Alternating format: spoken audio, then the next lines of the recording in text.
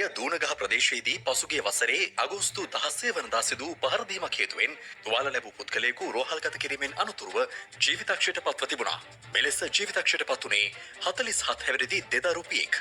ජීවිතක්ෂයට පත් වූ පුද්ගලයාගේ බිරිඳ පොලිසියට පවසා තිබුණේ පිරිසක් පැමිණ තම සැමියාට අමානුෂික ලෙස පහර දීමක් සිදු කර පලා ගිය බවයි. ඒ අනුව බරපතල තුවාල ලබා සිටි තම සැමියා කඩිනමින් දිවුල්ලපිටිය ප්‍රාදේශීය රෝහලට ඇතුළත් කළ බවත් අනතුරුව වැඩිදුර ප්‍රතිකාර සඳහා ගම්පහ මහරෝහල වෙත මාරු කර යවූ බවයි ඇය වැඩිදුරටත් සඳහන් කරේ. කෙසේ වෙතත් ගම්පහ මහරෝහලට රැගෙන යන අවස්ථාවේදීත් තම සැමියා මිය ගොස් සිටි බවයි ඇය පවසන්නේ.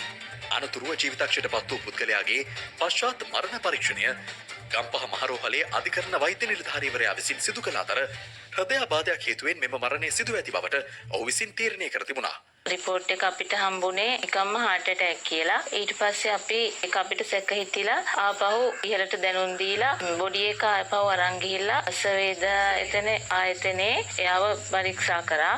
ඒ අනුව පංච පුද්ගල අධිකරණ වෛද්‍ය නිලධාරී කමිටුවක් ඉදිරියේ එම පශ්චාත් මරණ පරීක්ෂණය සිදු කළ අතර එහිදී ඔවුන් ඒකමතිකව තීරණය කර තිබුණේ මෙම මරණය පහර දීමෙන් නැති වූ තුවාල හේතුවෙන් සිදු වූ මරණයක් බවත්. අපි ඉස්සර වෙලා කරපු වාර්තාව බොරුවක් අපිට මේවා කරලා තිබ්බේ. ඊට පස්සේ අධිකරණයේ නොමග යවන්න තමයි එහෙම කරලා තියෙන්නේ. ඒ වෛද්‍යවරු ඇයි එහෙම කරන්නේ? අපි ගොඩාක් අසරණ තත්ත්වෙන් තමයි ඉන්නේ මහත්තයා නැතුව. මියගිය පුද්ගලයාගේ ශරීරයේ තිබූ කැපුම් තුවාල ඇතුළු සාක්ෂි ගම්පහ මහරෝහලේ අධිකරණ වෛද්‍ය නිලධාරීවරයා මගහැරියේ ඇයි? දැන් අපිට තියෙන්නේ එකම පිහිට අධිකරණය තමයි. වෛද්‍යවරු ඔහම කරන්න හොඳ නැහැ. මට ඒකට සාධාරණයක් ඉෂ්ට කරන්න කියලා තමයි මං ඉල්ලා සිටින්නේ.